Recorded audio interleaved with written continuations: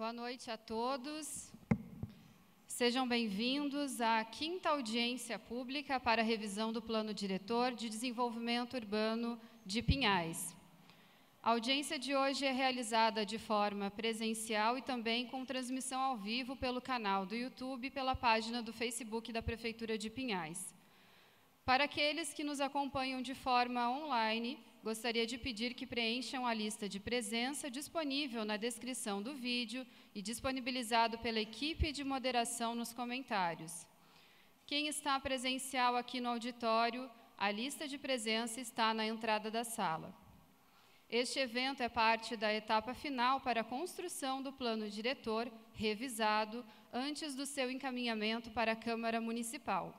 O material apresentado nesta audiência é o resultado do nosso processo participativo iniciado em 2020 e consolidada as propostas para o futuro da cidade em um conjunto de leis e um plano de ação de investimentos para os próximos 10 anos. Neste processo, além da Comissão Técnica Municipal, contamos também com a equipe de consultores da empresa Tese Tecnologia, Arquitetura e Cultura, contratada para a revisão do plano. Todos vocês que nos assistem poderão fazer comentários e perguntas por escrito por meio do formulário que está indicado na descrição do vídeo. Pedimos que, ao comentar na discussão do evento, identifiquem-se por nome e bairro em que residem e se representam alguma organização, instituição ou coletivo. Nós gostaríamos de agradecer nessa noite a presença do presidente da Câmara de Vereadores, o vereador Marcinho. Agradecemos também a presença do vereador Arnaldo do Vizinho Solidário, vereador Fabrício Souza.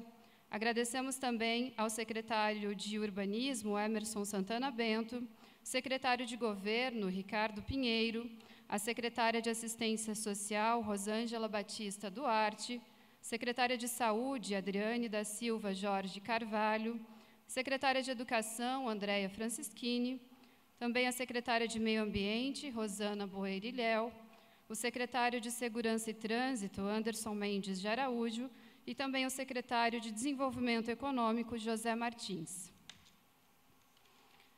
Para dar abertura, então, a esta audiência pública, nós convidamos neste momento o secretário de Urbanismo de Pinhais, Emerson Santana Bento.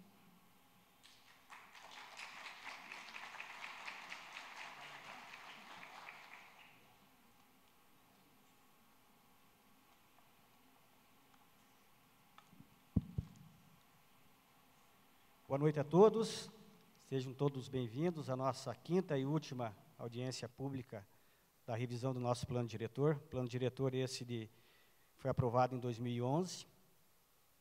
Quero cumprimentar aqui as autoridades já nominadas, cumprimentar o presidente da Câmara, vereador Marcinho, os demais vereadores, cumprimentando o presidente da Câmara, cumprimento os demais vereadores.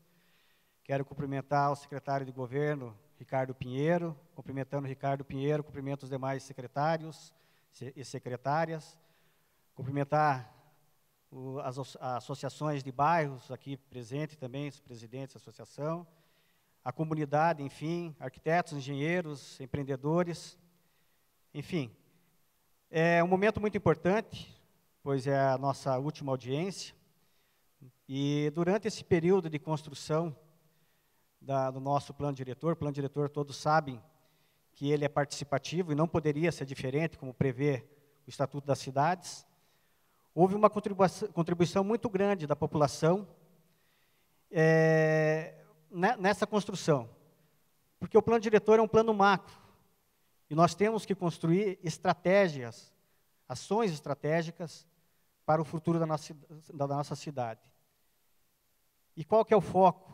Para que todos que habitam aqui ou têm algum empreendimento ou algum negócio possam ter qualidade de vida.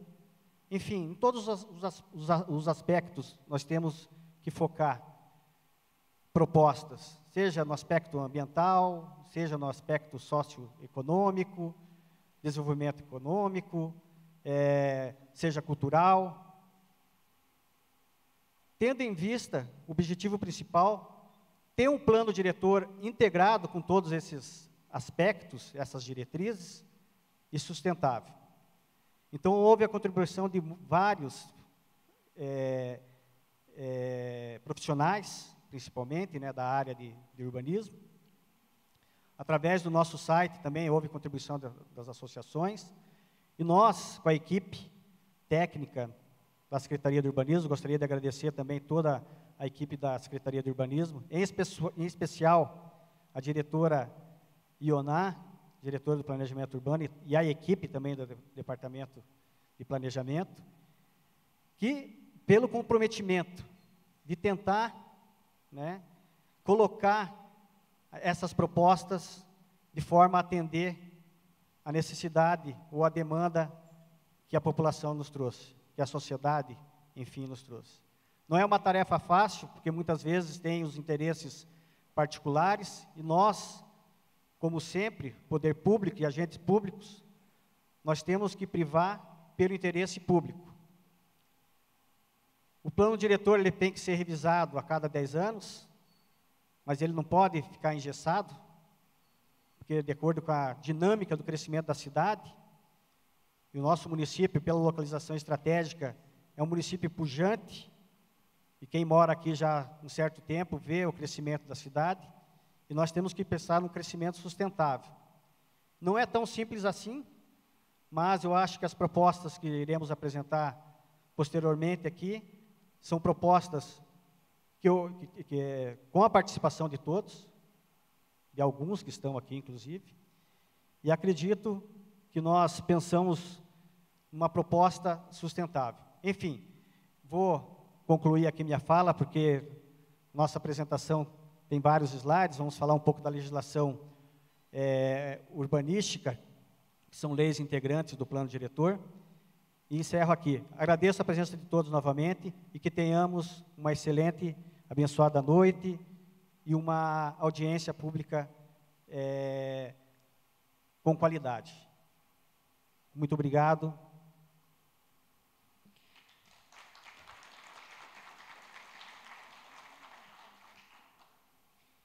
Agradecemos, então, ao secretário Emerson, né, pedimos que ele permaneça para que possamos dar continuidade. Nós convidamos a coordenadora técnica da empresa Tese, a Renata Satico Akiyama, a diretora do Departamento de Planejamento Urbano, Ioná Lemos Rutes, e o coordenador adjunto da Comissão Técnica Municipal de Acompanhamento da Revisão do Plano Diretor, Leonardo Batistella Favreto.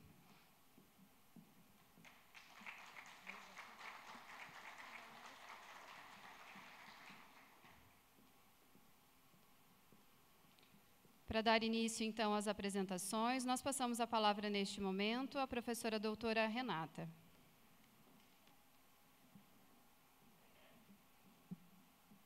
Olá, pessoal, boa noite. Então, nós vamos apresentar, né, à audiência o conteúdo das propostas para os senhores.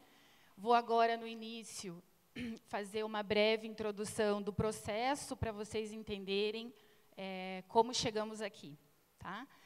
Mas o mais importante, e eu acho que esse é o foco dessa audiência pública, é entender quais as consequências de todo esse trabalho que foi desenvolvido até agora no dia a dia. Por isso, a discussão de leis e também do plano de ação. Tá? Então, só para a gente lembrar, o plano diretor, durante esses 2 anos de desenvolvimento, ele passou por diversas fases. Uma parte de conhecimento da cidade, do conhecimento dos problemas, de levantamento de dados. Passamos, né, por uma parte de propostas, na qual a comunidade, né, pôde participar, assim como no diagnóstico, de uma forma bastante intensa, com oficinas, participando por correios eletrônicos, enfim, contato direto. E isso fez com que uma série de propostas fossem feitas. Incluindo essas propostas, também foram feitas discussões com cada uma das secretarias na forma da comissão técnica municipal.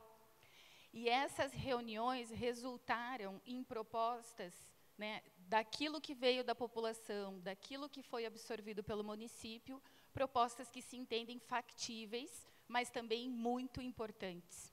E eu acho que esta palavra, factível e importante, ela é fundamental, porque muitos de vocês que puderam acompanhar outros planos, ou que conversaram com alguém a respeito, sempre vai ter aquela dúvida, né? Tudo bem, a gente fala várias coisas, mas o que de fato a gente vê durante esses 10 anos que o plano transcorre aí até a sua revisão? Então, o que aconteceu? Uma fase é essa, o processo de elaboração, que vai das propostas, depois um plano de ação, ou seja, como vai ser executado, o que vai ser executado, como vai ser executado e o tempo dele. E as minutas de leis, que se concentram principalmente na lei de zoneamento, na lei do plano diretor, no código de obras, na lei de parcelamento, condomínios e assim por diante. Então, se eu for simplificar bem, daqui para frente, além, né, da gente ainda ter um momento de discussão das leis que estão aqui, daqui para frente, na fase de vamos ver, né, vamos implantar o plano, a gente pode dividir 2 grandes pacotinhos. Um pacote, que é aquele no qual são as leis que foram modificadas, que foram atualizadas, o código de obras, o zoneamento, e que isso tem um reflexo direto no território, né, no chão, na construção. E a gente tem um outro pacote, que é o pacote de diversas propostas e ações que foram discutidas ao longo de várias reuniões, mas que, normalmente, convencionalmente, aparecem na lei do plano diretor como: vamos melhorar a qualidade de vida da população, vamos garantir educação e saúde para todos. É claro que elas existem, mas aqui, em Pinhais, há uma inovação. É uma inovação, e veja, não há pouco tempo que eu elaboro o plano diretor, e eu acho, de fato, que é um avanço e um ganho para todos os munícipes, o modo como a lei do plano diretor está sendo apresentada para vocês. Essa inovação veio de um processo que a prefeitura já estava incorporando, que é um processo de controle daquilo que está sendo executado, principalmente pelas secretarias, né? E o que significa isso? Significa que o plano diretor identificou, ao longo de todas as reuniões com a comunidade, com as secretarias, algumas ações estratégicas que diz exatamente o que precisa ser feito e quando tem que ser, e até quando precisa ser feito. E essas ações estão indo para o corpo da lei. Qual que é a diferença disso tudo para esse processo? A diferença é que, se antes era uma intenção que se melhorasse a educação, a saúde, garantisse a mobilidade, etc., agora nós temos, no corpo da lei, uma tabela, uma relação de ações que precisam ser feitas. Eu vou mostrar ela aqui na frente, tá? Então, o que significa isso? Que até o plano diretor foi estabelecido para cada um, né, dos setores, que a gente está chamando de eixo aqui, temas, diretrizes, objetivos e a ação estratégica, ou seja, o que tem que ser feito. Dali foi decidido qual o prazo para aquela ação ser executada e quem é o responsável. Então, a lei do plano diretor traz na lei até essa parte, que, de fato, é isso que eu estou mencionando, é uma inovação. Se faziam planos de investimentos, planos de ação e investimentos, mas nunca chegou a entrar, muitas vezes, no corpo da lei. Mas o mais importante é que o município, pela tradição que vem implantando, vai automaticamente inserir essas ações dentro do seu processo de monitoramento contínuo. Ou seja, a partir da aprovação da lei do plano, as propostas aqui definidas e elencadas como prioritárias serão incorporadas, estarão sendo incorporadas no sistema de controle de monitoramento da prefeitura, mantendo prazos, mantendo o responsável. E isso é uma garantia para o cidadão, é uma garantia para o município de que há um acompanhamento efetivo das ações do plano diretor. e que daqui 10 anos, quando fizermos outra reunião, né, quando for feita uma outra reunião de revisão do plano diretor, essas ações estratégicas possam ser verificadas, né, coisa que hoje há dificuldade de fazer com aquilo que se tinha anteriormente. Então, eu garanto para os senhores, essa inovação do município e introduzir dentro de um processo de monitoramento imediato as propostas que estão sendo feitas aqui é extremamente importante, né, extremamente benéfico para o município. Então, dentro dessas duas caixinhas que eu comentei com vocês, que é esse grupo de propostas, de ações estratégicas, 26, e o grupo da legislação, eu vou passar um pouquinho para vocês quais são essas propostas estratégicas, pelo menos um exemplo de cada uma, para vocês entenderem como está na lei do plano diretor. A lei do plano diretor e essas propostas estão detalhadas, né, e publicadas no site do plano diretor, né, planodiretorpinhais.com.br. Lá vocês vão ver todas as minutas para serem baixadas, lidas, né, e comentadas. Então, daqui, a gente parte, né, para o que a gente está entendendo de eixo. Esses 4 eixos, normalmente, quando a gente fez reunião, vocês ouviram falar, o tema ambiental, o tema urbano, o tema socioeconômico, o tema de mobilidade. O que acontece? São áreas, são setores que, de fato, facilitam a nossa comunicação. O município, porém, trabalha com esses 4 eixos dentro do seu sistema de monitoramento.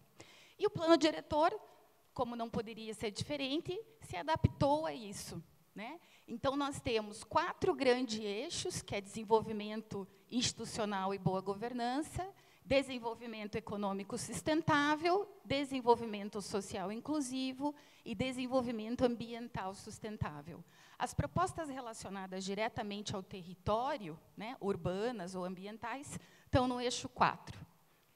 Cada um desses eixos possuem objetivos específicos, desses objetivos se desdobraram, então, as ações.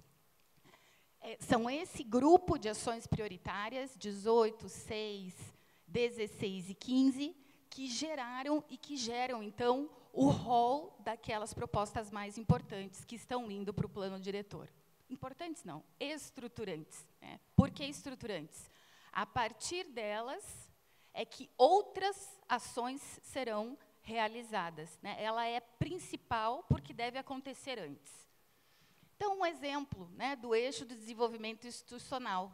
Um deles é a necessidade de revisão do Código Tributário do município. Então, nós temos, né, o eixo, o tema, a diretriz, os objetivos. É claro, aqui já é um exemplo daquilo que está no corpo da lei. Mas a ação é essa, revisão do Código Tributário. Ele segue princípios dos Objetivos de Desenvolvimento Sustentável, mas o prazo para a realização da revisão é 2025, e o responsável por isso é a Secretaria de Finanças. O que significa quando esta informação não só vai para a lei, mas entra no sistema de monitoramento do município? Ou seja, é alguma coisa que vai ficar mandando um e-mail lá para a secretaria, está na hora de fazer, está na hora, o que está acontecendo? Isso dá uma garantia da sua realização. E essa, na verdade, é a planilha que vocês vão encontrar. Obviamente, não há necessidade de entendê-la, lê-la neste momento, mas, assim, de entender como ela será apresentada. Apresentada com essas informações que eu passei aqui no slide anterior, né? O eixo, agora, de desenvolvimento econômico sustentável. Uma das propostas, está lá, criação de projetos e programas que promovam o aumento da oferta de empregos, a qualificação de mão de obra e o empreendedorismo. Então, há uma série, né? Qual que é o prazo? Isso é uma atividade permanente, né? E vai ser desenvolvida pela Secretaria de Desenvolvimento Econômico.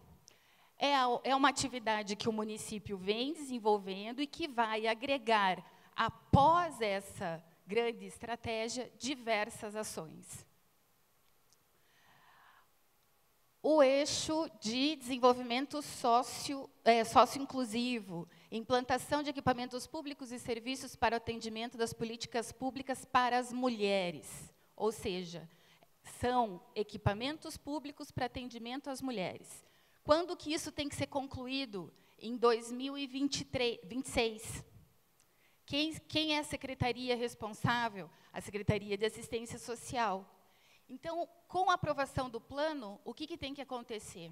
A secretaria já passa a ter, dentro das suas obrigações, a necessidade de realização, de implantação do equipamento até 2026. Para isso, serão necessárias outras ações, mas ela, contratação de mão de obra, definição de projeto, aquisição ou locação de área, mas ela precisa concluir isso até 2026. O que a gente está mostrando? Está mostrando que é uma ação que tem um fim, tem um momento que ela deve terminar. Então, nesse sentido, há também uma facilidade de cobrança, de observação e de controle. Por fim, a gente tem aqui no eixo ambiental sustentável a ação que é o aprimoramento dos processos de coleta, transporte, destinação, disposição final dos resíduos, em especial os de logística reversa e de construção. São ações voltadas para a coleta de lixo que o município, de certo modo, está desenvolvendo e, claro, dentro da sua necessidade, vai aprimorar, mas que tem que ser concluída por completo em 2026. A partir daqui, uma série de ações devem ser definidas e que concluam esse objetivo até 2026. Então, o que significa? Ah, Renata, mas ok, a gente entendeu que tem ações estratégicas. Essas ações estratégicas estão na lei. Além de estar na lei, elas também vão para o sistema de monitoramento do município. Joia. Agora, quem que vai conseguir acompanhar monitorar tudo isso? O cidadão vai ter acesso, tem acesso a um sistema online. No entanto, a Comissão Técnica Municipal, que inclusive participou do processo de construção do plano, ela vai frequentemente, constantemente, fazer uma avaliação. O monitoramento, uma avaliação da conquista, da efetividade das ações que vão estar acontecendo. Vai ser feito, vocês vão observar lá na lei do plano diretor, que está sendo definido para a elaboração de um regimento interno, a definição de diversos prazos, mas o importante é que, além da população, além do controle interno, também uma comissão técnica vai estar amparando o monitoramento dessas ações. E o que vai ser feito, então, após a aprovação da lei? Cada secretaria, que vai ter um rol de responsabilidades, de ações do qual deve se encarregar, vai fazer um desmembramento disso. Então, a revisão do Código Tributário precisa da contratação, do levantamento de dados, da contratação de uma empresa, da implantação no sistema municipal, e cada isso tem um prazo. No entanto, deve-se permanecer dentro do prazo total dado pelo plano diretor. E aí, para complementar, em termos de controle, observação, monitoramento, além da Comissão Técnica Municipal, é claro, nós temos o Conselho de Urbanismo, que observa, que acompanha e que discute temas não definidos na lei, que vai, então, promover esse acompanhamento do andamento do plano. Ninguém disse que uma modificação ela sai 100% certa no início. Foi o objetivo. Mas a análise, monitorar, verificar ao longo da sua implantação, ela é importante também. E, é claro, daqui, no máximo, 10 anos, começa-se de novo toda a revisão, como foi feito até agora. Mas o importante é que, nesse momento, no qual a gente tem, né, elaboradas as propostas, elaboradas minutas, nós tenhamos a certeza de que o que está indo para a Câmara dos Vereadores, do que está sendo aprovado, é, de fato, aquilo que é o importante e que nós entendemos como mais correto. Tá joia? Eu vou passar a palavra para o secretário Emerson, ele vai dar continuidade especificamente nas leis, ok? Obrigada.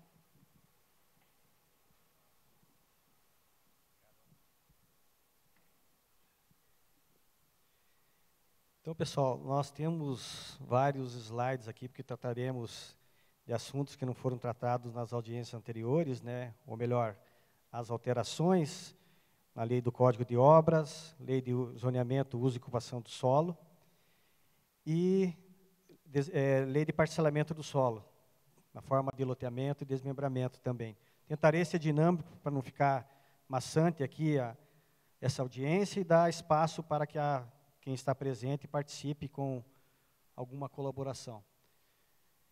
Então, o plano diretor revisado, nós temos dividido em três áreas, né? A área urbana consolidada, a UTP e a área de proteção ambiental. Como esse aqui é o mapa do nosso município, né? Então a área urbana consolidada é a maior porção, a UTP, que todas as diretrizes aqui, parâmetros, têm que ser discutido, de alteração no caso, com a COMEC e Conselho Gestor dos Mananciais, e a nossa área de APA. Dentro desse contexto, né, foi feita uma proposta de intervenção urbanística socioambiental na área do Sion, do Graciosa, Paraná 1 e 2, foi apresentado já na audiência anterior, as diretrizes, né, e os instrumentos que seriam utilizados, né, envolvendo todos os agentes, seja poder público federal, estadual, municipal, os proprietários da área, né, os poceiros, enfim. Já foi contextualizado, então a gente só está trazendo aqui aonde que é a área, né, aqui o Sion, Graciosa, Paraná 1 e 2. A apresentação anterior, inclusive, ficou disponibilizada no site, e continua disponibilizada no site do plano diretor, para quem quiser acessar depois, inclusive essa apresentação também. Falando um pouco de zoneamento, uso e ocupação de solo, que foi alterado na nossa legislação atual. São as categorias, né? Ou melhor, não houve alteração, mas na área urbana consolidada, nós teremos só as áreas, o permitido, o uso permitido ou proibido. Na UTP, que teremos o permissível, que é essa questão de uso e ocupação do solo, as atividades que serão permitidas, ela será definida em decreto estadual e, oportunamente, né, e a COMEC irá disponibilizar e a gente também deixaremos disponível para vocês acessarem.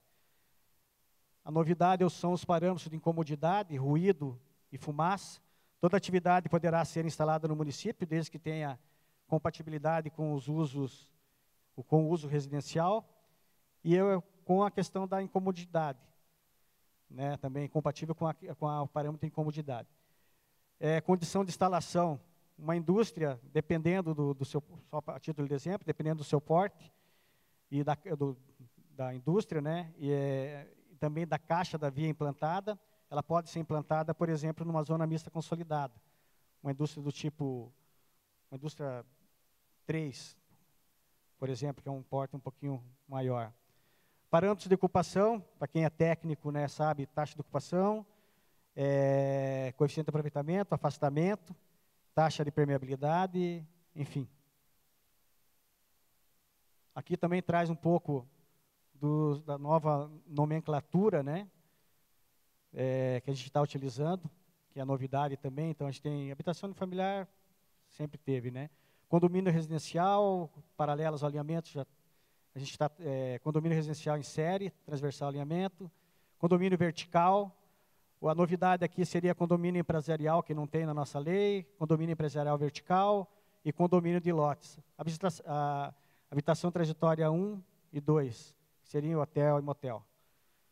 Comércio 1, comércio 1 a 5, indústria 1 a 5 também, interesse público, né, a sigla IP, uso especial, são aquelas atividades que trazem um impacto um pouco maior, né, exemplo, que gera um conflito no tráfego, no tráfego de veículos, enfim, que trazem um impacto de vizinhança, vamos contextualizar assim.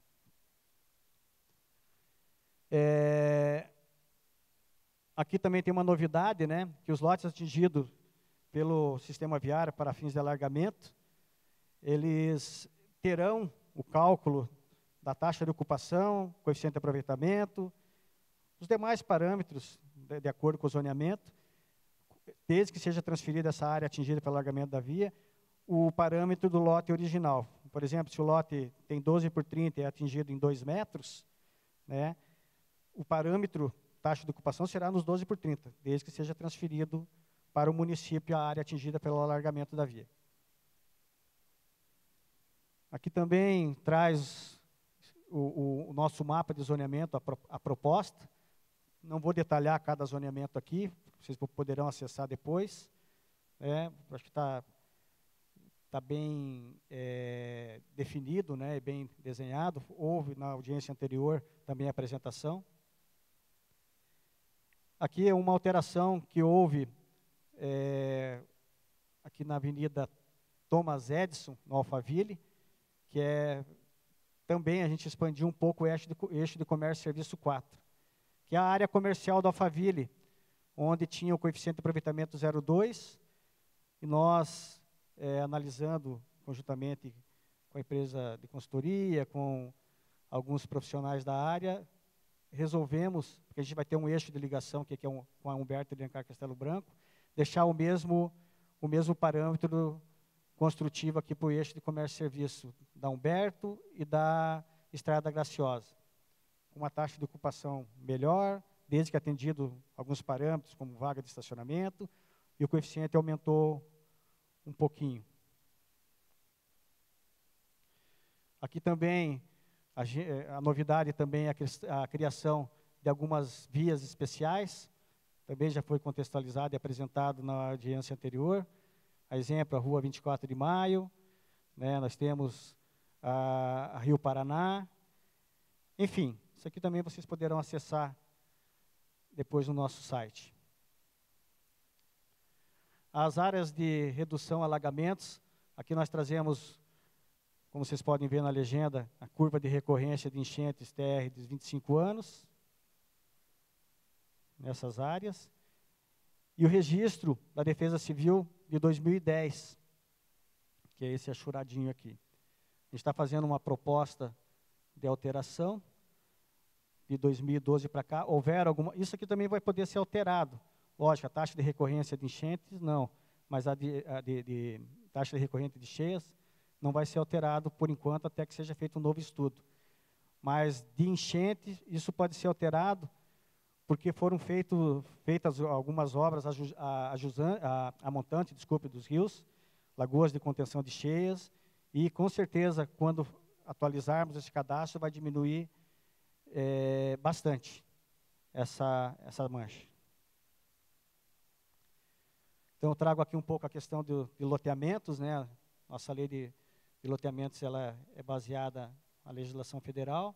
Então, para a implantação de loteamentos, o proprietário ele tem que ceder a área para o município, seriam as áreas institucionais, espaços livres, as áreas destinadas ao sistema viário.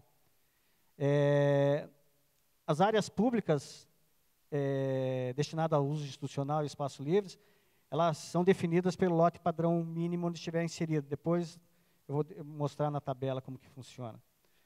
Então, está aqui.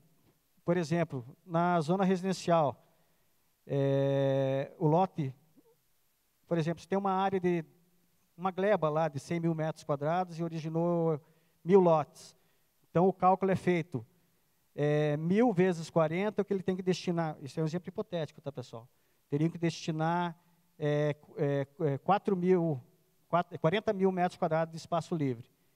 E para a área institucional, seria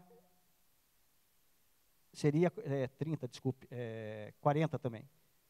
Seriam 40 mil metros quadrados também, só a título de exemplo. Os loteamentos, essa é a novidade, eles deverão manter dentro da área que está sendo parcelada, 20% tem que ser área verde. Inexistindo área verde, deverá ser apresentado, anteriormente era a alteração que era um plano de manejo. E aqui a gente alteramos para um plano de recomposição florística, que deverá ser aprovado pela nossa Secretaria de Meio Ambiente, né? As áreas de preservação permanente, né, que geralmente elas vão ser consideradas também essa alteração no cômputo da área verde. Os espaços livres, que são aquelas áreas destinadas a praças, parques, também serão consideradas no cálculo de área verde. Então, a novidade é essa. Para desmembramentos, na nossa legislação atual, áreas de 3 mil metros quadrados para mais, elas têm uma tabela também, a exemplo da tabela de loteamento, que tem que ser transferidas, na legislação atual, tem que ser transferidas também área institucional e espaço livre. Qual que é a alteração? Quando se tratar de áreas de parcelamento anterior do solo, onde quando o loteamento foi aprovado, já foi exigida essa reserva, não precisará mais ser transferida essa área. E aonde que o município vai agir no sentido, se a pessoa subdividir 10 mil metros quadrados, por exemplo, em 10 lotes, nós vamos, através do EIV, pedir as medidas compensatórias, dependendo do empreendimento, né? Porque tem empreendimento, por exemplo, pode ser comercial, que não tenha impacto não tenha demanda, né, para equipamento. Quando também se tratar de desmembramento para áreas que sejam atingidas pelo sistema viário, também não será cobrado as áreas institucionais de espaço livres. E áreas de interesse público, até áreas nossas, né, no caso, porque todo parcelamento agora tem que ser ouvido o órgão metropolitano. Então, muitas vezes nós temos interesse em subdividir, não é justo a gente cobrar de nós mesmos, né? Quando resultarem infrações em áreas mínimas iguais ou superiores a 40 mil. É aquele exemplo, tem uma gleba de 80 mil, a pessoa subdivide em 2 áreas de 40 mil. Não está adensando, não está trazendo demanda para o município. Então, não precisa transferir área para o município. Quando resultar também infrações em áreas mínimas iguais ou superiores a 10 mil metros quadrados, por incidência de zoneamentos diferentes. É o caso quando o imóvel é atingido por 2 zoneamentos, sendo que na maioria das vezes o empreendedor quer fazer um zoneamento, não permite a atividade que ele quer desenvolver ali. Por exemplo, um eixo de comércio e serviço, se a atividade de condomínio, por exemplo, for proibida, ele poderá subdividir essa área para empreender comércio e serviço, que é a atividade permitida, e no restante da área poder desenvolver, por exemplo, um condomínio, enfim, sem que haja a transferência de área.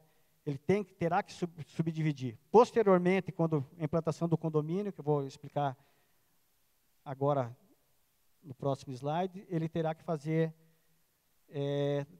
transferência para o município. Acho que está no próximo, não é nesse ainda. Como eu falei, em desmembramentos também tem uma tabela, né, por lote mínimo padrão, a exemplo de loteamento. Eu não vou dar exemplo aqui, vou seguir. É semelhante. No Código de Obras, o que teve de alteração? Adaptamos alguns artigos de acordo com o Estatuto da Pessoa com Deficiência, de acordo com a Lei de Acessibilidade, com a NBR, o Estatuto da Pessoa Idosa, e compatibilizamos também o nosso Código de Obras com o Código de Segurança contra Incêndio e Pânico. Aqui também traz a questão do estacionamento, né? A vaga mínima, ela tem que ser 2,40 por 5, livre de obstáculos. Serão permitidas vagas reduzidas, nesses casos, habitação unifamiliar, poderá ter a vaga reduzida, no caso 2,20 por 4,50. e no máximo 20% das vagas exigidas, ela pode ser, das vagas exigidas, ela pode ser 2,20 por 4,5. O que quer dizer isso? Num certo empreendimento, por exemplo, seja necessário 8 vagas pelo Código de Obras, e a pessoa conseguiu implantar 12, 15. Então, 20% ela pode ser reduzido do que excedeu. 2,20 por 4,5, não precisa ser 2,40 por 5. Também houve alteração para empreendimentos de condomínios, né, no estacionamento, poderá ter vaga presa, as vagas encravadas, desde que seja da mesma unidade, né? O estacionamento, 2% destinado à pessoa, essa foi uma alteração também que não foi feita agora recente, 2% destinada para pessoas, do total de vagas, né?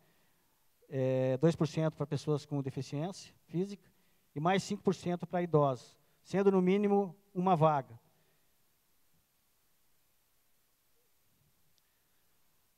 Aqui também poderá ser compartilhada a vaga de deficiente físico.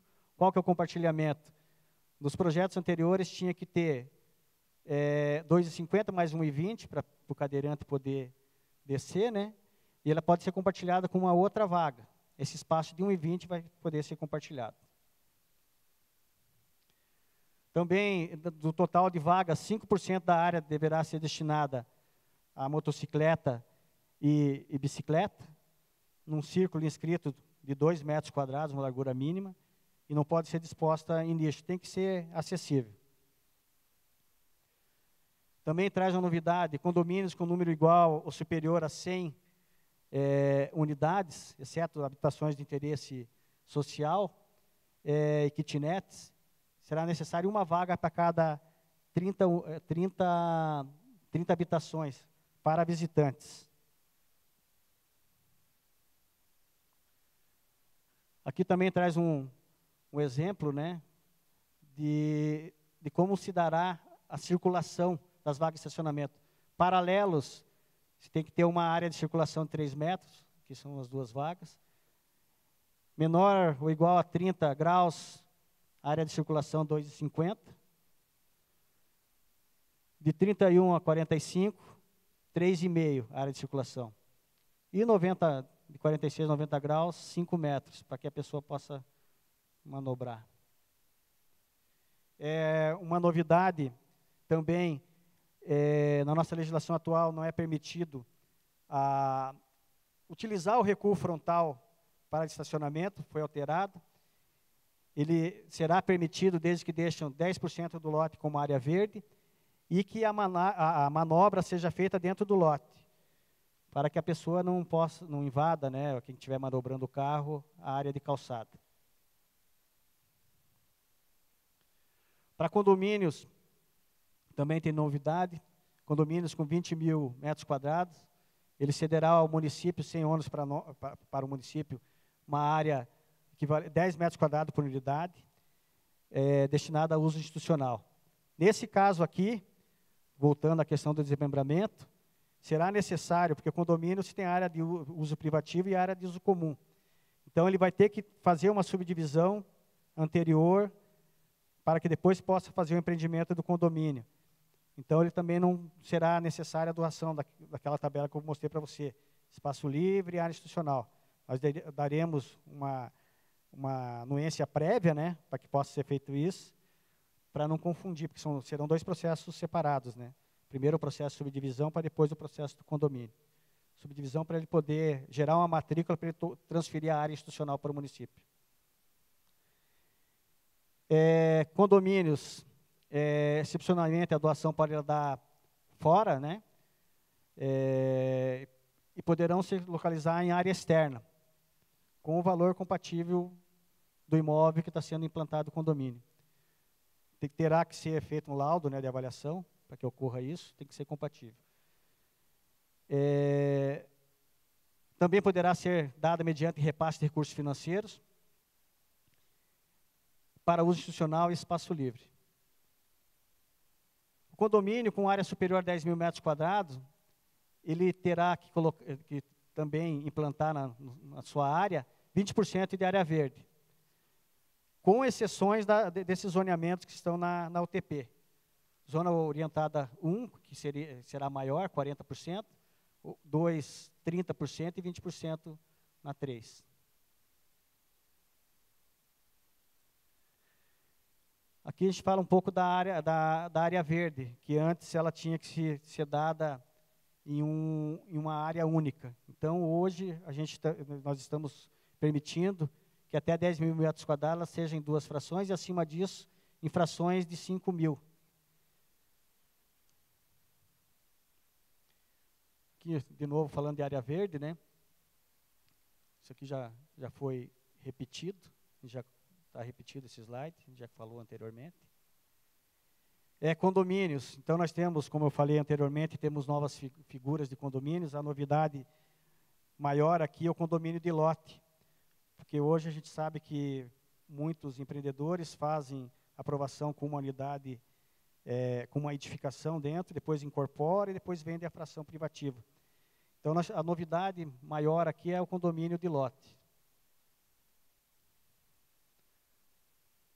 Ou seja, os parâmetros vão ser o mesmo. Tem as residências paralelo ao alinhamento, que o sublote mínimo é 125 metros, a testada mínima 6. Os transversais, o alinhamento que está acostumado a aprovar projeto aqui no município, é 40% do lote mínimo. As faixas de acesso não mudaram, continuam as mesmas do condomínio com a edificação, no caso. E vai ser aberta, né, uma matrícula para cada, vamos falar assim, sublote independente. Lógico, vai constar as áreas de uso comum.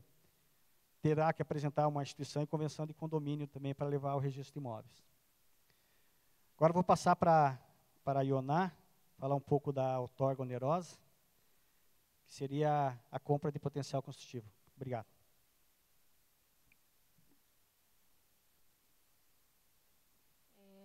Então, essa é a fórmula que, na nossa lei atual da outorga onerosa, é a mesma fórmula, e nessa proposta nós estamos inserindo aquele FR, chama fator de redução. Então, na última audiência, a gente apresentou que em todas as zonas, setores e eixos, o coeficiente mudou para 1, né, o permitido, e daí cada zona, setor ou eixo tem um coeficiente máximo. Então, nós explicamos que aquela diferença entre o que a lei anterior tinha de diferença de coeficientes de aproveitamento, para não ficar um valor tão diferente do que nós já trabalhamos hoje na nossa legislação atual, nós criamos o fator de redução. Então, a ideia é de que o município tenha esse coeficiente 1, que seria proporcional para todo mundo, mas que esse fator de redução, de acordo com o crescimento do município daqui a alguns anos, ou mesmo na próxima legislação, na próxima revisão, ele pudesse também ser mudado o fator de redução, né? O município cresceu demais, teve muitos empreendimentos, aumentou muito o potencial construtivo, a gente pode diminuir o fator de redução. Então, aqui, exemplificando, então nós temos as zonas, os usos pretendidos, né? Então, no caso da habitação unifamiliar, alguns condomínios, comércio, serviço e indústria. Esses usos estão descritos nas tabelas da lei de zoneamento. Então, lá dizem aonde que permite utilizar a outorga onerosa, né, o potencial do coeficiente máximo. Então, o fator de redução seria, por exemplo, no eixo do comércio e serviço 1, que é a rodovia João Leopoldo de Alcomel.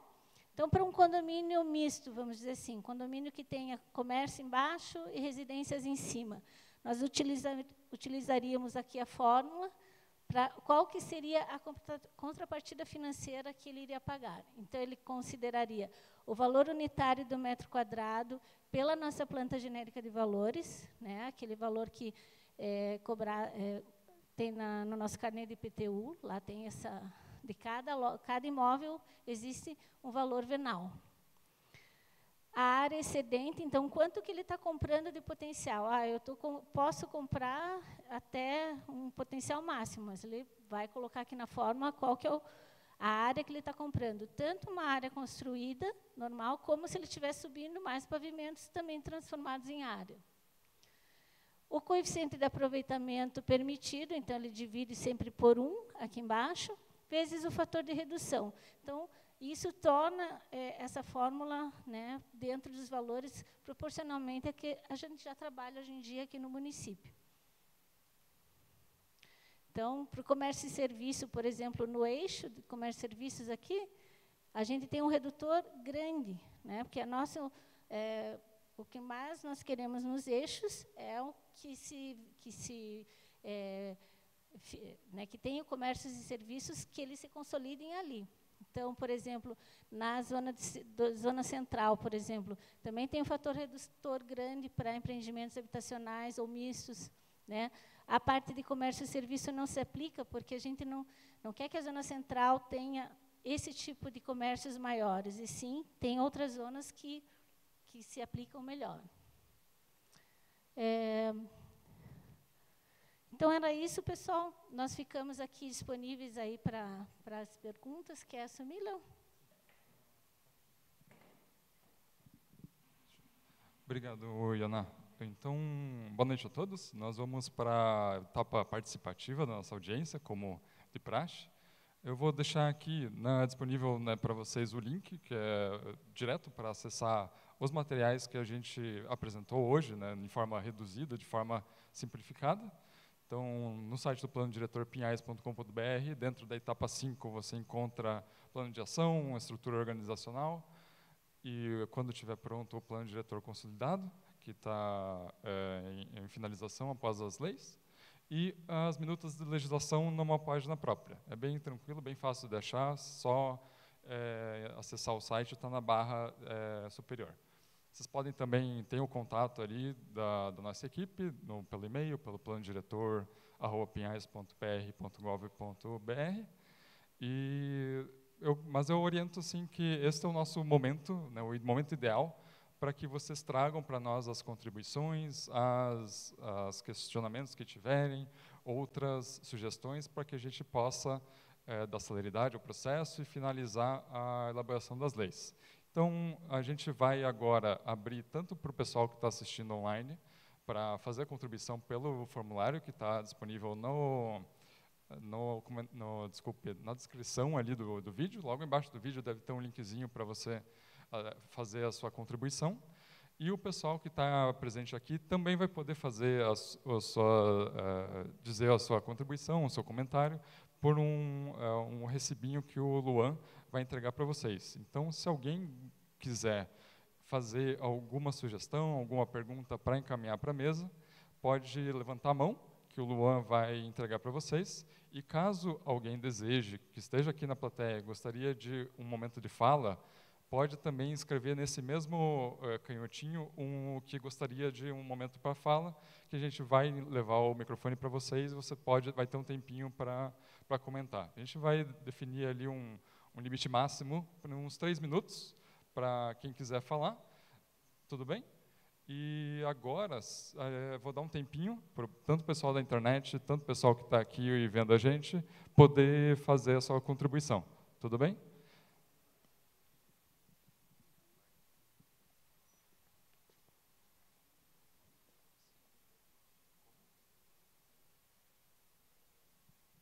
Está muito...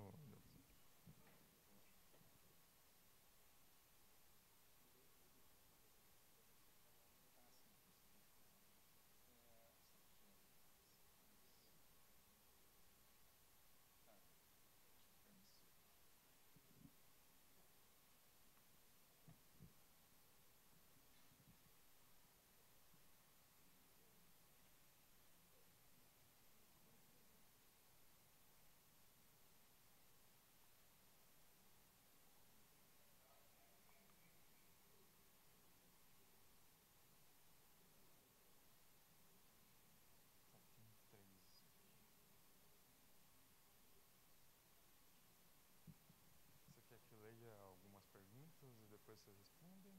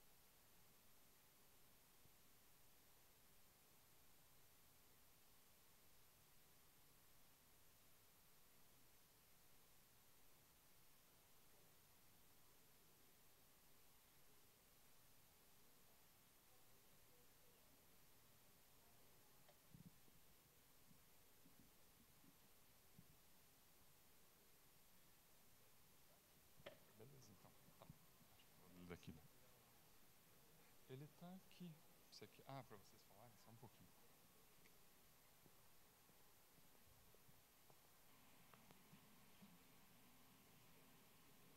É só perguntar para o pessoal do apoio, tem algum outro microfone que eu possa levar para a mesa?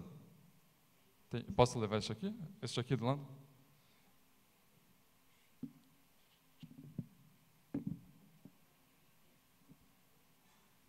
Deixa eu ver, eu vou ficar com este aqui. Vou deixar isso com vocês.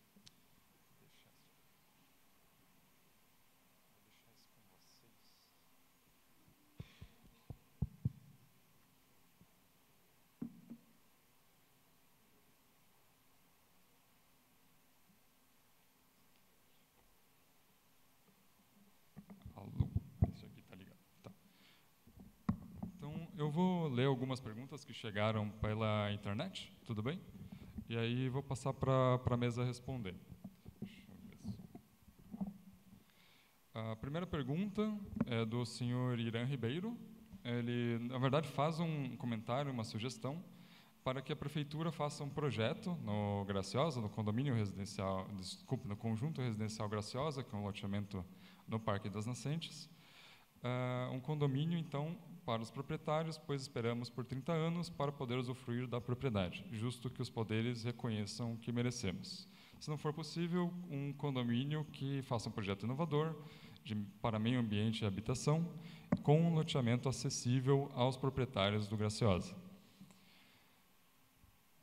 Deixa eu ver. A segunda pergunta do senhor Luiz Guilherme, ele questiona o que exatamente significa o uso permissível do solo. No projeto e a terceira pergunta vem do senhor Irã Ribeiro também, e ele comenta aqui no projeto de parcelamento do solo, expansão urbana, qual vai ser a metragem e sublotes aos proprietários do Graciosa. E se a prefeitura já possui um instrumento junto aos órgãos envolvidos referente ao novo projeto, a intervenção urbanística prevista para o Graciosa, Sion e Paraná 2.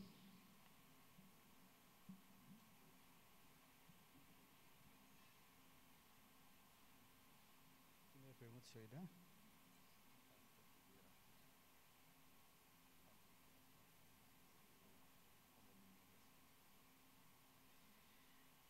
Seu Irã, como apresentado na audiência anterior, nós apresentamos aqui um projeto de intervenção urbanística para a área ali do Graciosa, do Sion, do Paraná 1 e 2, uma proposta de diretrizes estratégicas, né, envolvendo todos os agentes públicos, no caso, município, estado e a comunidade que mora ali, os proprietários, a associação de moradores.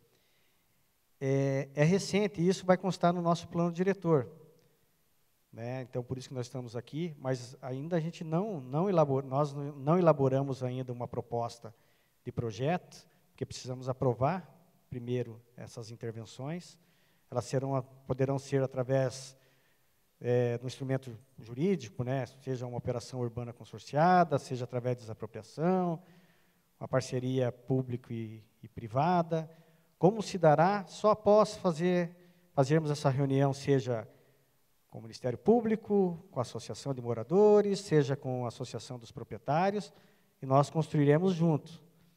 Eu acredito assim que, somado os esforços, todos juntos, sentados, com objetivo em comum, né, porque o município, 30 anos já não teve nenhuma proposta no plano diretor, o município abriu essa oportunidade, e eu acho que nós podemos construir junto. Isso não se resolve da noite para o dia, como falei, porque já se fazem 30 anos, né, que nunca houve uma proposta nesse sentido ali para a região. Oportunamente, assim que aprovado o plano diretor, nós iremos montar um planejamento de reuniões onde os senhores serão convidados. Temos sim que fazer também o levantamento das nascentes existentes, já como colocado ali pelo pessoal da Associação de Moradores. Temos que definir, sim, fazer um projeto, uma proposta de implantação de projeto. O sublote mínimo hoje é 700 metros. Se nós definirmos, né, conjuntamente aí uma operação urbana consorciada, como se dará? Eu sei que tem uma preocupação de quem mora ali, né? Até entrou com um processo de uso capião, como que será? Tudo isso vai ser definido conjuntamente, visando o interesse comum. Poder público, proprietários, lógico, um projeto que seja sustentável, que preserve, o objetivo principal é preservar as nascentes, recompor a mata, a vegetação que antes existia, né, antes das ocupações, enfim. Então, isso nós vamos construir. Vamos construir uma agenda? Vamos construir uma agenda. E os senhores não ficarão fora disso. Porque a intervenção, como bem menciona, né, que a gente fará parte do nosso plano diretor, todos esses agentes irão discutir conjuntamente. Tá ok? Acho que mais alguma. Então, o uso permissível, por exemplo, a gente tem uma proposta de implantação, não só no Graciosa, de outras atividades também. Né? Por exemplo, comércio que não gere impacto, né, ao meio ambiente. Enfim, tudo isso vai ser estabelecido no nosso projeto, essas atividades, o que será permitido e o que será permissível teria que passar pelo conselho. Por exemplo, uma indústria de tecnologia de informação, ela pode ser implantada lá? Ouvido o Conselho Municipal de Urbanismo? Pode.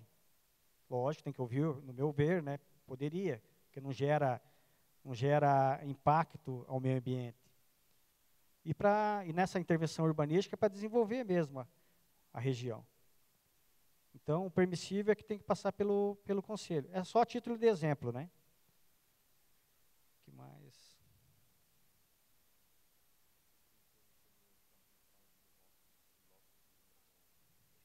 Não, projeto de solo.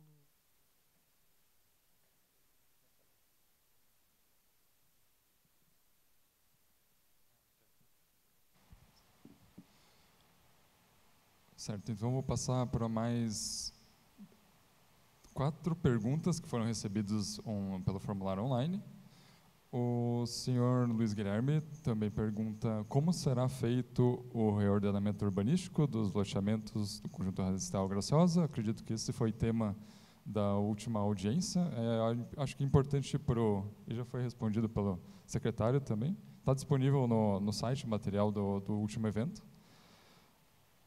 O senhor Joé Pinheiro Barradas, ele também faz um questionamento referente ao direito de uso do loteamento Graciosa.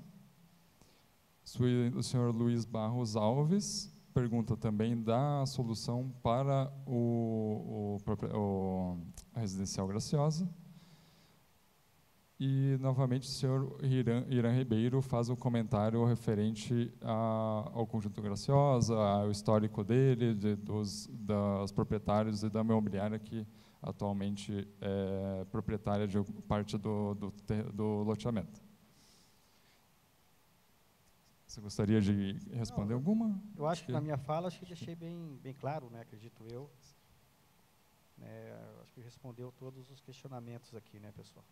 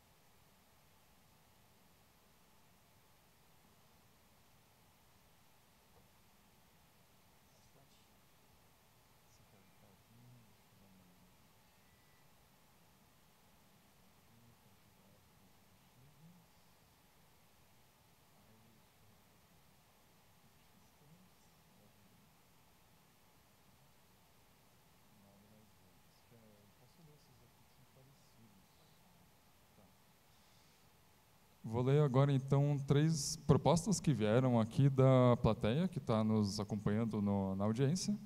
A primeira da senhora Eila, acredito, Silva de Araújo, moradora do Veisópolis. A proposta dela é mais verde. Ela justifica propondo uma área verde para a convivência no bairro Veisópolis, ou pelo menos melhorar e aumentar a área próxima aos rios. Também incluir frutíferas nativas na arborização para consumo da população. A segunda proposta da Daniele Assunção, também moradora da Vargem Grande. Ela também propõe área verde útil, árvores frutíferas para que as pessoas possam pegar para comer, bem como para as pessoas em situação de rua. E a terceira proposta da senhora Rosa Maria, moradora do Vargem Grande, e ela propõe o plantio de árvores nas vias antigas, porque nas novas já estão sendo feitas.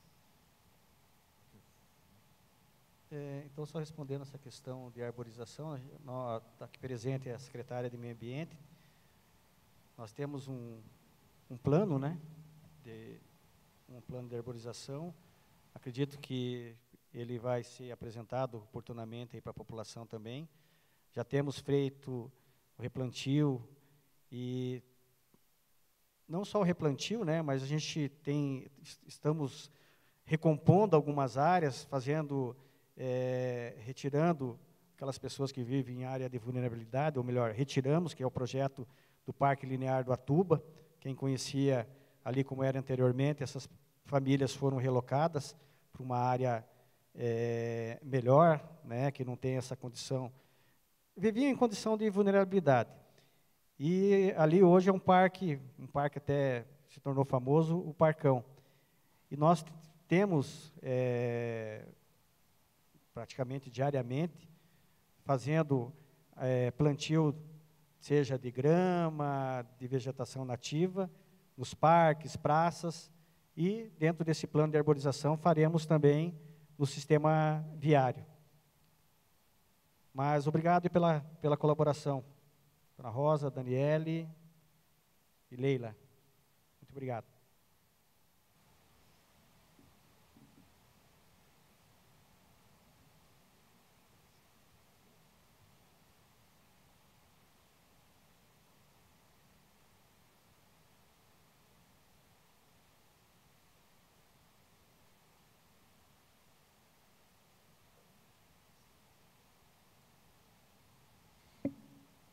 Eu tenho, então, mais uma última proposta, que foi recebida aqui na plateia, e depois tem algumas inscrições para a fala na audiência. Daí nós já vamos ordenar a participação de vocês. A última fala do senhor Bruno Meirinho.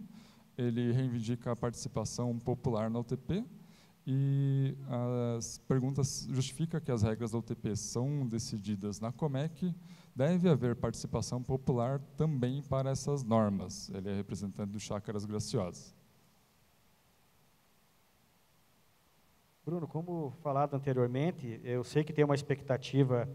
Eu acho que quem mais participou de todas as oficinas foram os representantes da Associação de Moradores, ou seja, a Associação de Proprietários do Graciosa, especificamente, com contribuição.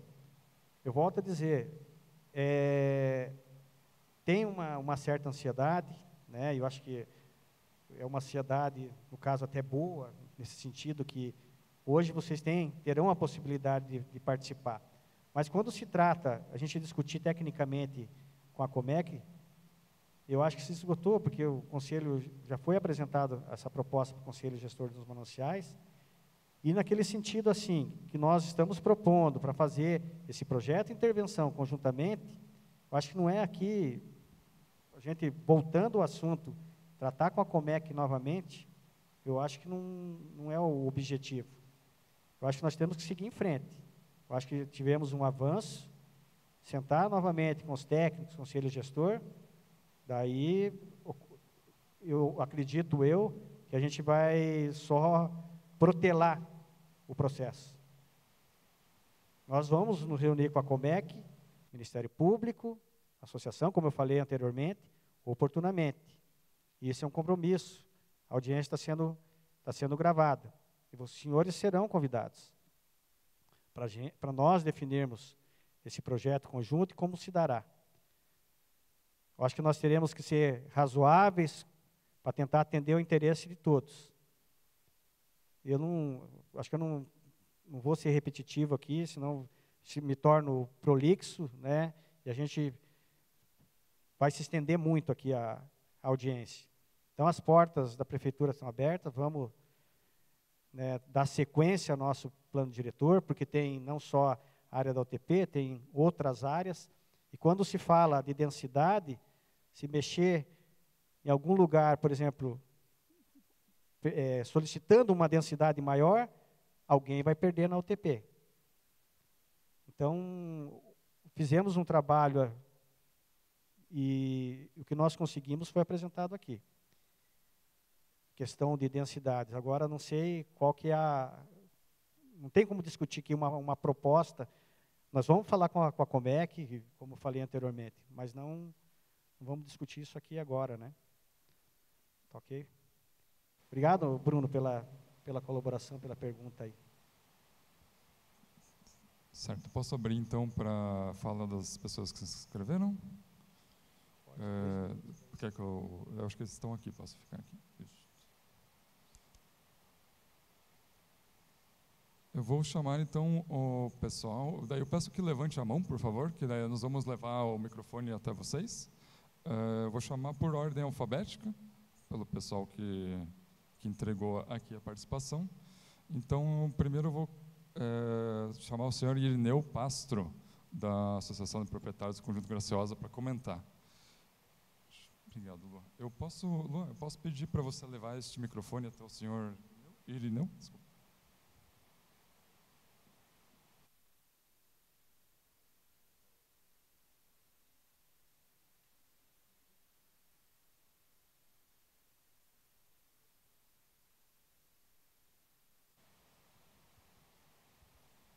Boa noite a todos, né? Eu sou Irineu Pedro Pastro, represento a APCRG, né? Dos proprietários do Residencial Graciosa. Como o Emerson já comentou, né? Então não tenho muito o que falar. O que eu quero dizer é que nós somos totalmente favoráveis, né? Às áreas de preservação, né? E o único questionamento que eu faço é na quarta, né? Foi falado em áreas de 10 mil metros para dividido em 4 lotes, 2.500, mais ou menos isso, né?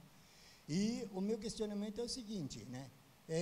Vai ter que ser feita toda a infraestrutura, né?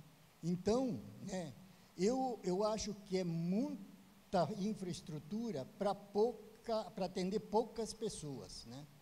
Porque hoje nós vemos, né, por exemplo, Curitiba, né, que lotes que foram vendidos há 15 anos da Coab, vamos supor, 200 metros, 10 por 20. Né? Hoje estão sendo subdivididos, né, 100 metros, construir 2 residências. Né? Então, a minha preocupação é essa. Né? Pinhais, ele não tem uma área muito grande territorial. Então, nesse sentido, eu acredito que tendo toda a infraestrutura, né, porque uma infraestrutura, ela tanto vai servir para 400 metros, que nem são os terrenos lá, né? Ou para 1.000 metros, ou para 10 mil metros.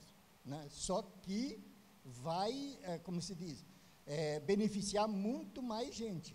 Né? Porque o que nós temos hoje? Nós temos gente que está esperando desde 65, né, que comprou. Muitos já morreram, né? Muita gente aí na casa dos 70, 75 anos, né? E é um desespero muito grande. Nós temos muitas pessoas que não têm aonde morar até hoje, nunca conseguiram, né, mais comprar um outro local. Então, a gente sabe da dificuldade, é por isso que o Emerson disse, né, que vamos continuar comentando. Mas eu queria deixar esse registro, né, se tiver pode ser que tenha alguma mudança através da negociação. Obrigado. Obrigado, senhor Irineu. Vou, então, pedir para o senhor Ivo José Oliveira Souza, também morador da Comunidade Ecológica Chácaras Graciosa, para levantar a mão. Senhor Ivo, eu vou marcar daí 3 minutos para você, tudo bem?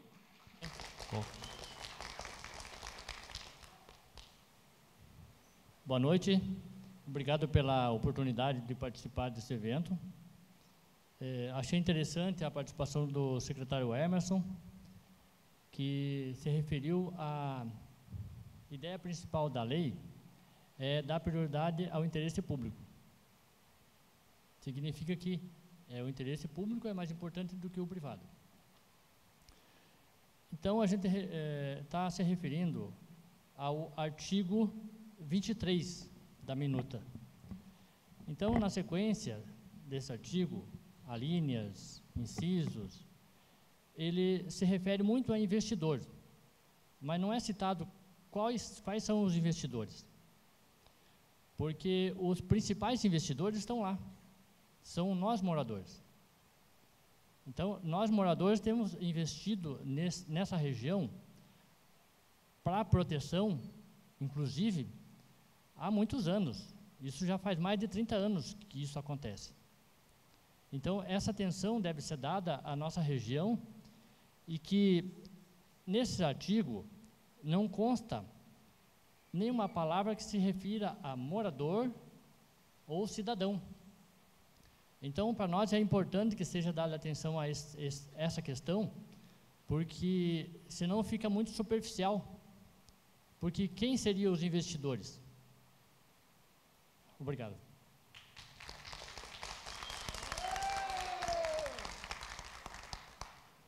Obrigado, senhor Ivo. A mesa gostaria de dar alguma resposta já ou posso abrir para falar de mais pessoas? Posso continuar, né? Na verdade, foi uma colaboração no artigo que ele quer que insira, né, cidadão, ou morador, possuidor, enfim, pelo que eu entendi. É isso, né? Isso. Certo. Senhor, então vou chamar agora, deixa-me ver, o senhor Oderci Bega, morador do Alphaville, para o momento de fala.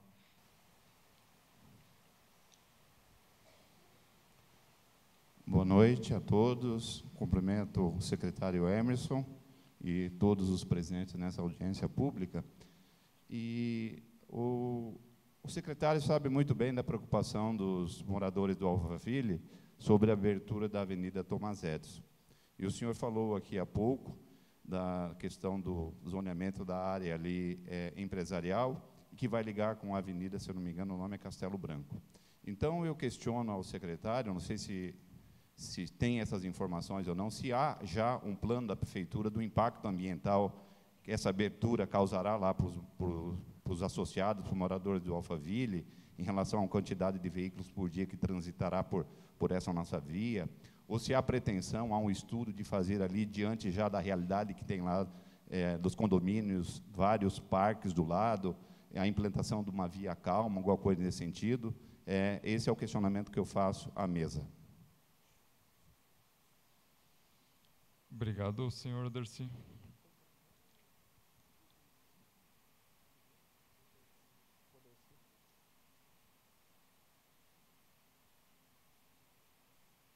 Boa noite, Oderci. Então, nós estivemos recentemente reunidos com o pessoal da Associação de Moradores, com a presidente e alguns diretores, falando sobre essa questão da ligação, né, da Humberto na Avenida Alphaville e depois Thomas Edison, né, que é um eixo de desenvolvimento leste que vai ligar na Estrada da Graciosa. Como você bem colocou, nós estamos fazendo um estudo, lógico, de implantar uma via calma, porque sabemos que vai trazer um impacto ali para os moradores, com tráfego intenso, principalmente com relação a caminhão. Então, a princípio, a ideia é fazer um planejamento nesse sentido, de transformar numa via calma. A exemplo da Visconde de Guarapuava, né? E uma possível alteração de diretriz, também deixamos bem claro, né, na oportunidade, que poderia, desde que, em conjunto, nós, né, poder público, conjuntamente com a Associação de Moradores, né, aprovássemos essa diretriz junto a um órgão estadual, enfim, porque tudo tem custo, né? Então, a princípio é essa a proposta que nós deixamos. É possível uma alteração de diretriz? Poderá ser feita, desde que seja discutido e o recurso venha. O município não pode despender de um orçamento, né, sendo que já a diretriz já está implantada ali, é só a ligação, e a diretriz já é antiga.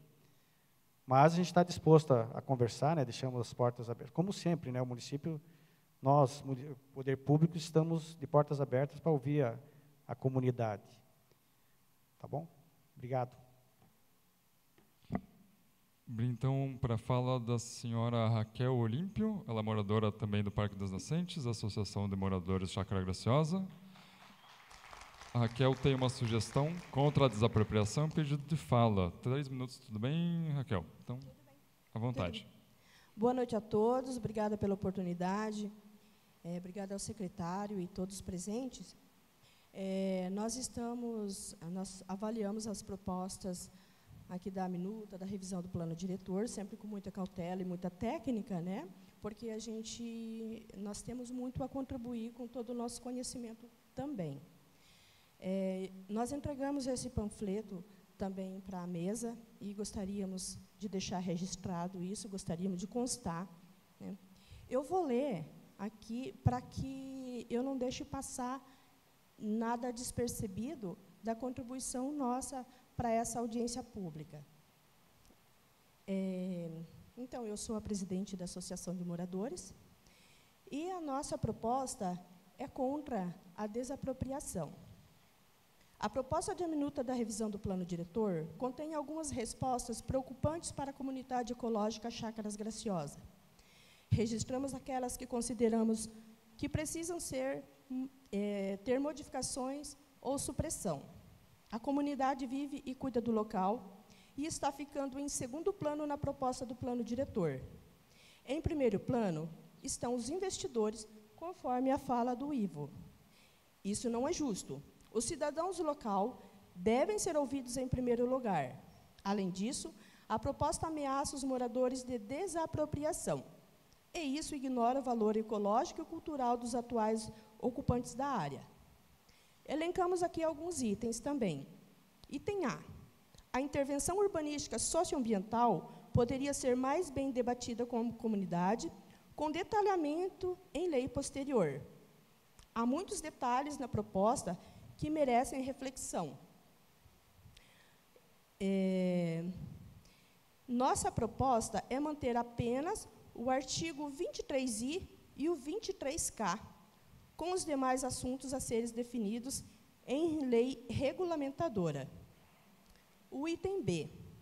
No artigo 23I, que diz: imprescindível incluir os moradores e usuários permanentes dos imóveis, é necessário, né, na lista de participantes do processo participativo que estão indevidamente excluídos do texto. No item C, no artigo 23J, no inciso 7º, buscar o acesso à moradia digna a toda a população do local.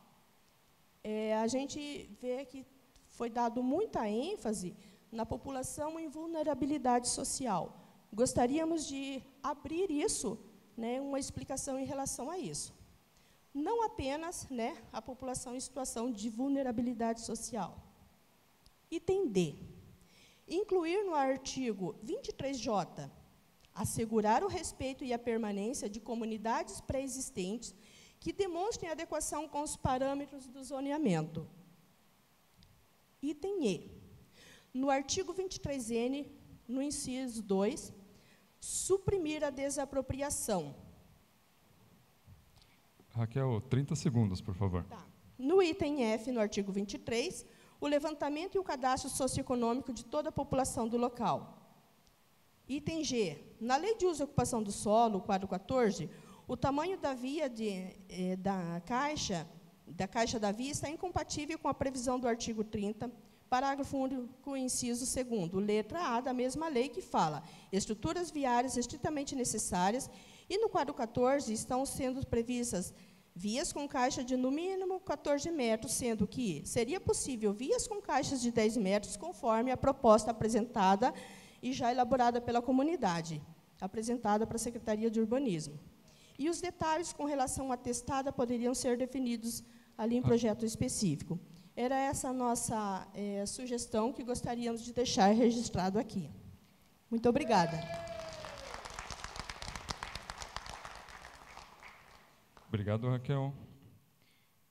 Temos mais um inscrito. Vou chamar a senhora Cleide de Oliveira dos Santos, moradora do Veisópolis, e também gostaria de um momento de fala. Então, Cleide, 3 minutos, por favor. Tudo bem? Tudo bem. Boa noite a todos. Então, eu sou uma das investidoras naquele terreno. Então, veja bem, sou uma das 1.300 proprietários que compramos e pagamos. Aqui está um dos recibos ainda do Banco Bamerindos.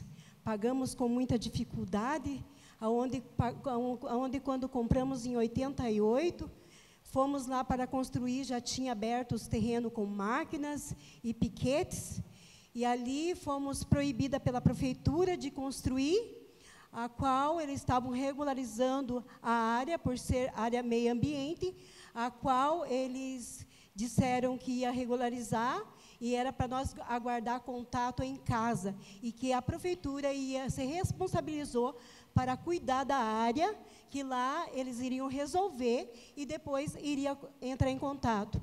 Estou, desde 88, aguardando a resposta da Prefeitura de Pinhais, né? Eu e 1.300 pessoas que compraram.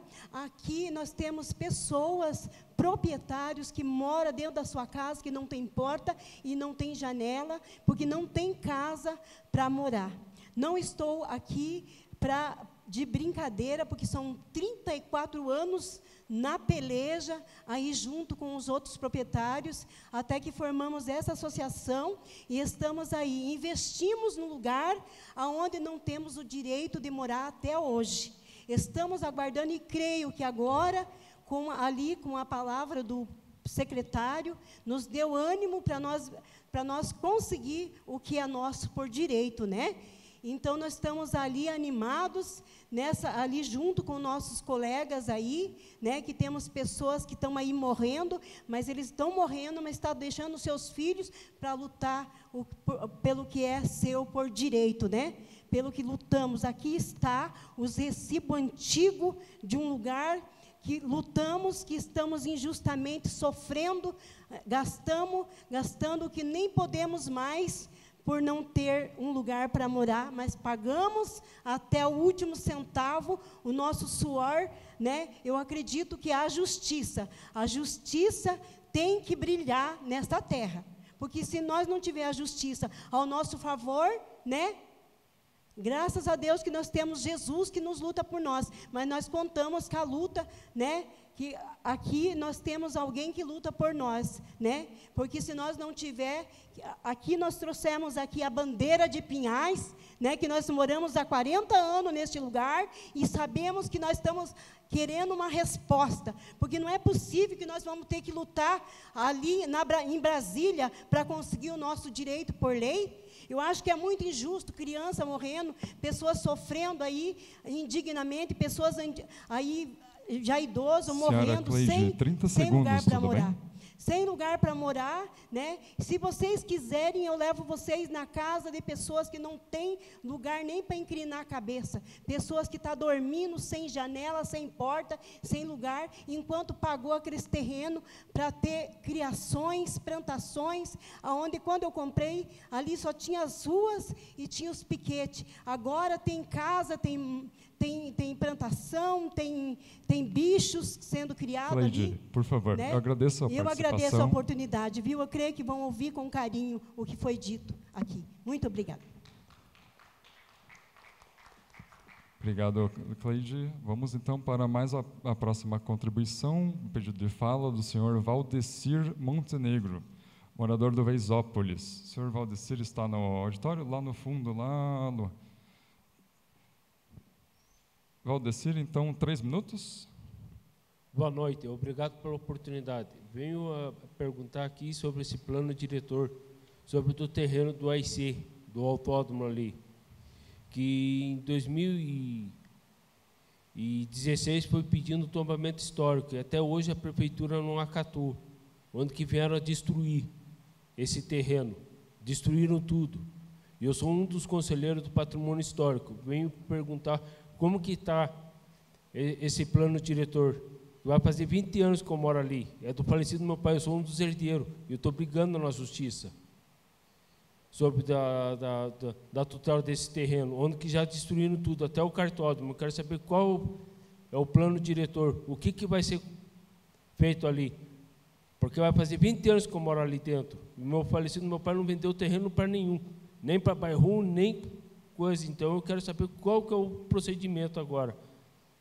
Vai fazer 20 anos que eu moro aqui em Pinhais. E é um terreno que pode ser bem usado para a benfeitoria, para outras coisas. Por que destruíram um patrimônio histórico de Pinhais, que antigamente nem era Pinhais, nem Piraquara, era Curitiba. Eu sei toda a história. Se quiser um dia eu mostro para vocês toda a história do Autódromo Internacional de Curitiba. É humilhante, é revoltante ver o que a prefeitura fez. A nossa digníssima prefeita Marli Paulino, não tenho nada contra ninguém, mas só que isso é muito revoltante. Como a senhora falou, compraram um terreno ali, pagaram e não tem onde construir. Estão até hoje esperando a resposta. Cadê a resposta? Isso é revoltante. Isso é revoltante. Prometeram um monte de coisa, cadê? Reelegemos ela, a Marli Paulino, cadê o hospital? Eu fui esses dias, ontem eu fui no postinho ali do Pesópolis, não pude ser atendido, tive que ir em Curitiba para ser atendido, com fortes dores no peito. É revoltante. Senhor Valdecir, 30 segundos, tudo bem? Obrigado pela oportunidade. É só isso que eu quero saber. Qual é a resposta? Viu, Valdecir? Obrigado aí pela pergunta. Mas, assim, nós tratamos do autódromo, fizemos 2 audiências públicas, né, foi tratada frente a uma operação urbana consorciada, foi discutido isso, onde o auditório ainda encheu o auditório, foi feita toda uma contextualização, né, da história da área do autódromo. A área do autódromo é a área de particular. O município recepcionou uma solicitação para tombamento, foi feita análise pelos técnicos, pelo Conselho Municipal de Cultura, Esporte e Lazer. Toda a área que é tombada tem que ter uma manutenção. O autódromo já não via, na época de pandemia, sendo utilizado, enfim. E o autódromo é uma área de particular. Então, nós estamos falando ali numa área que, se o município tivesse que desapropriar ou fazer qualquer tipo de investimento, mais de 300 milhões. E como você bem falou, né, nós temos uma proposta no nosso plano de governo de fazer o hospital. Então, nós decidimos, né, por optar por fazer o hospital. É lógico, como eu falei anteriormente, muitas vezes não atende as expectativas de interesse comum, mas isso já foi discutido. Já foi discutido, né, vários questionamentos houveram formalmente, enfim. Acho que não é a oportunidade de a gente discutir aqui, acho que já se cessou essa discussão, né? Mas obrigado pela colaboração, muito obrigado.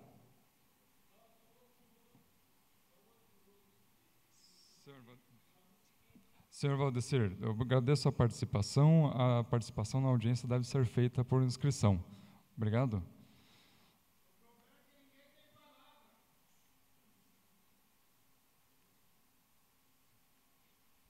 Vamos. Mas qual que é a dificuldade? Se nós estamos abrindo, é um questionamento que já foi discutido aqui.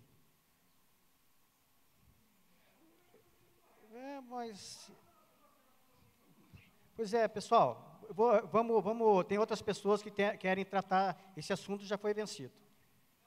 Esse assunto já foi vencido, por favor. Quem mais que falou que não tem palavra, por favor, se quiser se manifestar sobre algum assunto, senão eu vou dar por encerrada a audiência pública. Tem mais algum questionamento? Temos alguns questionamentos recebidos pela internet e por escrito, apenas perguntas e comentários. Gostaria que lesse. Tenho, acredito, mais 4. Posso ler a mesa? Ou, tá certo. Então, o próximo questionamento vem aqui do auditório, é da senhora Micaele Assunção da Silva, moradora do Vargem Grande. Ela propõe a ampliação das calçadas, justifica que para evitar acidentes, bem como bicicletas que não andam na parte para ciclistas, na ciclovia, e pode acabar acertando pessoas idosas ou com alguma deficiência. Vou ler, então, mais 2 perguntas que vieram pela internet. Vem a pergunta do senhor César Godich. Ele pergunta, com a abertura da Avenida Tomás Edison, qual a classe viária que a Prefeitura dará a essa nova integração? Sobre quais atividades comerciais que poderão ser desenvolvidas? E diz que havia um projeto para a região se tornar um polo de tecnologia que evitaria o trânsito de caminhões. Essa proposta permanece? E mais a última pergunta do senhor Mauro Ames. Ele indica que na minuta está descrito que a reserva de AVU deverá ser doada à Prefeitura. De acordo com o artigo 17, parágrafo 3, menciona a inexistência de área verde. Isso se refere à ausência de vegetação, à não possibilidade de ampliação da AVU, como será feito o cálculo e definição para a quantidade de mudas a serem implantadas. É isso. A mesa gostaria de alguma resposta quanto a esses questionamentos? Eu acho que tem algumas sugestões, né, e alguns questionamentos. Com relação à calçada, nós temos uma lei hoje que estabelece o tamanho mínimo de calçada. Estamos concomitante ao nosso plano diretor, elaborando também o plano de mobilidade, onde teremos a definição também macro de ciclovias. E temos um planejamento, estamos fazendo várias calçadas em algumas vias principais, o município quase 100% já pavimentado, e a ideia é também ter uma qualidade também de acessibilidade nas calçadas. Isso é feito através do planejamento e aos poucos. Obrigado pela colaboração. Qualquer outra pergunta? Havia Humberto da Castelo Branco, e depois na Thomas Edison, uma via arterial principal. Qualquer outro questionamento dele? Ele é referente à reserva de áreas para áreas verdes dentro do lote. Como que funciona quando não há área verde existente e como será definido o cálculo para a doação, para a quantidade de mudas que seriam plantadas dentro dessa área. Na aprovação do projeto? Isso seria referente eu entendi, ao projeto de loteamento, artigo 17 da lei de parcelamento, sobre a implantação de áreas verdes quando elas não existem dentro do imóvel. Sim, não sei se ficou claro ali na apresentação. Quando não existir dentro da área verde, deverá ser apresentado um plano de recomposição florística. E esse plano deverá, lógico, apresentar com vegetação nativa, enfim, exótica é complicado. E terá que ser aprovado pelo meio ambiente. Tá? Eu acho que não sei se ficou claro ali na apresentação, mas estou reiterando. Isso, tem um último, então, contribuição, deixa eu ver, que é apenas uma série de proposições, da senhora Rossana da Costa. Ela propõe a maior assistência e cuidado com a Praça do Maria Antonieta, Hospital Municipal, melhor atendimento à saúde, ligação entre bairros Maria Antonieta e João Leopoldo Jacomel e melhorias na segurança pública. Apenas essa é a última contribuição que temos aqui. É mais a título de colaboração. Acho que eu esqueci de falar com relação à questão do que é permitido no eixo de desenvolvimento leste, ali na Thomas Edison. Tem a tabela não trouxemos aqui, que apresentamos na audiência anterior, os parâmetros construtivos, né? e o que seria permitido. Tem a tabela aqui, Ana? Então, o que será permitido? Habitação unifamiliar, condomínio residencial horizontal, condomínio de lotes, condomínio vertical para habitação coletiva, habitação transitória, interesse público, condomínio misto vertical, condomínio empresarial, comércio e serviço 1, comércio e serviço 2, comércio e serviço 3, 4, 5, e indústria do tipo 1, que seria a indústria micro.